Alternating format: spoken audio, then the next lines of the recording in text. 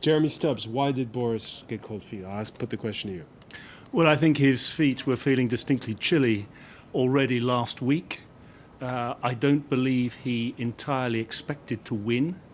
The problem is that although we've... So he campaigned for leave, but didn't think really that leave would win the day. That is what is said, and it certainly explains the lack of immediate exhilaration and exuberance that one would have expected from a winner. And whether he pulled out today because he was going to anyway, or because Gove headed him off at the pass, I think that his legacy will be that of somebody who threw his hat in the ring, suddenly pulled it out, betrayed friends in the party, and was himself betrayed. So betrayal all round. Nonsense. Why are you saying that's nonsense?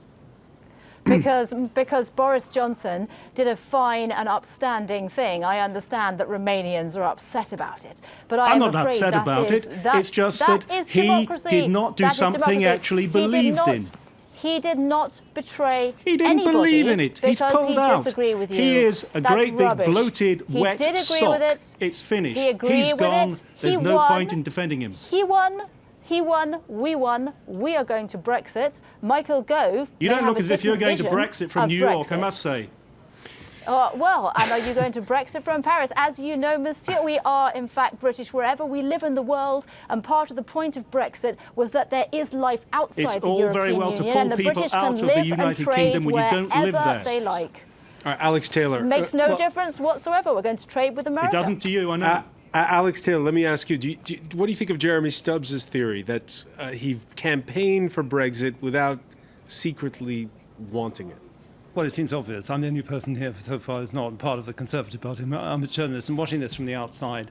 If you actually Google Boris Johnson over the last few years, he's written quite a lot of very positive articles about the European Union in the past. Why did he do that if he was so vehemently opposed to the European Union as he has been over the last 2 months, since he suddenly decided at the very last minute to defend the out cause because he thought it was the best way possibly to give himself some kind of support for a campaign later to become Prime Minister.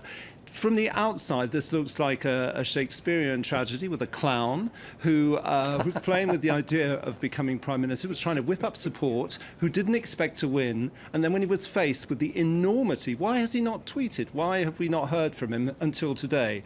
Why was there silence? Somebody who wins a campaign like that, like Nigel Farage, was on all the TV studios 2-3 hours later, was in the European Parliament crowing about it in a quite disgraceful way. Why was Boris silent for 5 or 6 days? It's because I think Boris suddenly realised the enormity of what has happened, that we're going to take ourselves out of what? The biggest market, which is our neighbours, 500 million people. What are we going to do? And as for Louise Mensch saying that we're British all around the world, just irks. That's right. Because I'm British, just like you. I've been living here for some time. This referendum is possibly going to take away all my rights to health, to residency, to work. It's thrown my life in total turmoil. Only if the European Union is vindictive. Exactly. I just finished. And I didn't even have the right to vote, not a single vote in this referendum.